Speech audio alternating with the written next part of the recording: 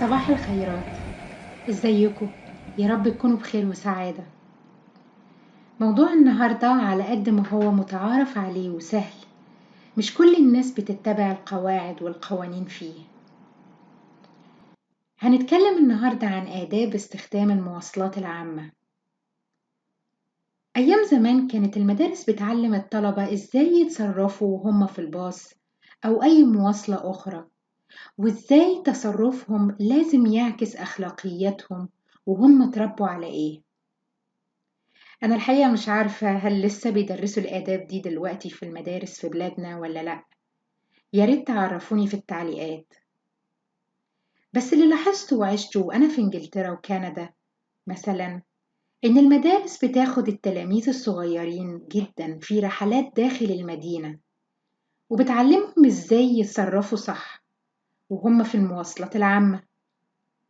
في أوقات من السنة وبالذات لما بيكون في احتفال معين في المدينة أو القرية، الإنجليز والكنديين بياخدوا ولادهم ويركبوا المواصلات العامة من مكان لمكان، حتى لو عندهم سيارة خاصة، علشان يعلموهم عملي إزاي يتصرفوا بأدب واحترام أثناء ركوب الباص أو الترام.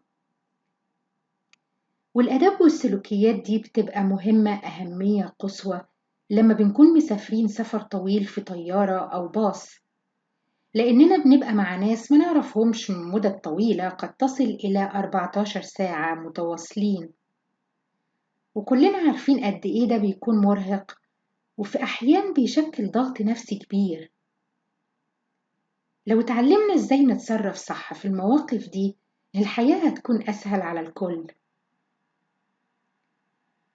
أنا النهاردة هتكلم شوية عن نصايح وخطوات وتصرفات نتبعها لما بنكون في المواصلات العامة.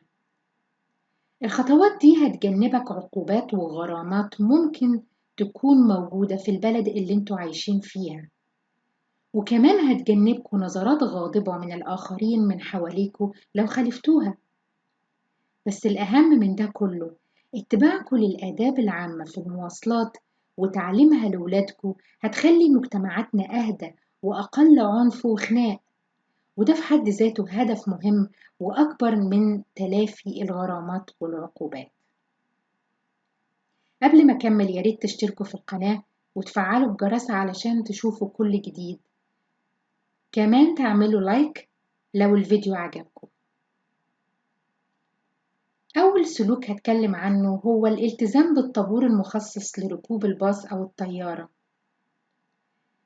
كمان مهم نلتزم بالتعليمات المعلن عنها في المحطة أو المطار علشان نضمن إننا في المكان الصح وهنوصل للجهة اللي احنا عاوزينها. ما تحاولوش تتخطوا الطابور، لأن ده بيضايق الناس اللي ممكن يكون فيهم حد مريض أو كبير في السن. لازم نخلي بالنا من أماكن انتظار ذوي الاحتياجات الخاصة وكبار السن، وما نقفش فيها لو احنا مش من المجموعات دي. حضروا التذاكر أو وثائق الهوية زي الباسبور علشان لما توصلوا لنقطة التفتيش تبقوا جاهزين وما تعطلوش باقي الطابور. تاني سلوك هو الالتزام بالمقعد الخاص أو المقعد المخصص لكم. لو في مقاعد مخصصة لكبار السن أو ذوي الاحتياجات الخاصة وانتوا مش من الفئة دي، ما تقعدوش عليها. لو انتوا في باص أو قطار أو طيارة وفي رقم للمقعد بتاعك، ما تقعدش في مكان تاني غير مخصص ليك. تالت سلوك هو الالتزام بالهدوء. عاوزاكم تتخيلوا معايا لو انتوا في باص فيه مثلا 50 راكب، وكل راكب اتكلم بصوت عالي، هيكون ايه الوضع؟ ازعاج طبعا، ومحدش هيكون مبسوط. ولذلك لازم ناخد بالنا واحنا بنتكلم مع بعض أو في الموبايل واحنا في المواصلات العامة. خلوا صوت جرس الموبايل على أقل حاجة أو فايبريشن. كمان لو بتسمعوا حاجة في الموبايل أو التاب استخدموا سماعة. رابع سلوك هو الحرص على عدم إيذاء أي راكب آخر سواء بدنيا أو نفسيا. إزاي يعني الكلام ده؟ يعني لما تكون شايل شنطة ظهر مثلا أو شنطة كبيرة على الكتف، نزل الشنطة وخليها في وضع انت شايف كل أبعادها علشان ما تخبطش في حد تعوره أو تأذيه. ولو حصل ده غصب عنك مع اتخاذك الاحتياطات اللازمة، لازم تقف وتعتذر. لو عاوزين ترجعوا الكرسي للخلف علشان تناموا مثلا، خلوا بالكم من الشخص الجالس في الخلف علشان ممكن رجليهم تتعور أو تأذيهم. حاولوا يكون الأكل اللي معاكوا بدون رائحة ومحكم الغلق علشان ما يقعش على اللي جنبكم. حافظ على هدوءك مراعاة للراكب اللي جنبك، ولو هو أو هي مش عاوزين يتكلموا يبقى ما يصحش تفتح حوار للدردشة. كمان ما يصحش إننا نبص على موبايلاتهم أو أجهزتهم الإلكترونية أثناء استخدامهم لها. كمان الناس اللي شعرها طويل لازم ياخدوا بالهم إن شعرهم ما يلمسش الراكب أو الراكبة اللي في الجوار. ولو عندكوا برد، تلبسوا كمامات لمنع انتشار العدوى. خامس سلوك هو الشهامة والذوق. يعني لو انتوا في باص مزدحم وشفتوا راجل أو ست كبيرة في السن واقفين وتقدروا تقفوا، اعطوهم الكرسي بتاعكم. كمان لو سيدة حامل أو شخص مصاب أو مريض، اعرض عليهم المقعد بتاعك أو بتاعك. سادس سلوك هو مراعاة استخدام المقعد المخصص لكم فقط وعدم أخذ مساحة زايدة. يعني إيه الكلام ده؟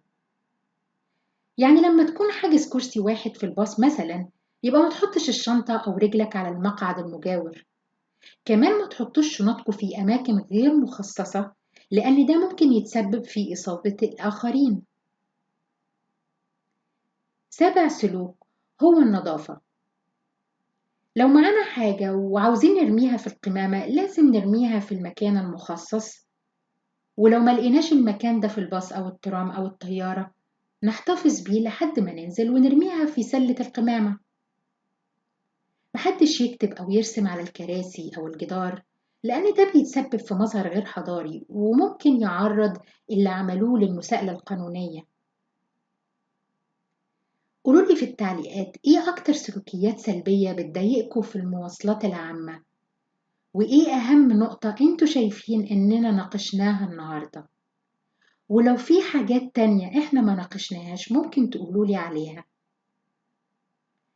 لو الفيديو ده عجبكوا اعملوا لايك، ولو المحتوى مفيد اشتركوا في القناة.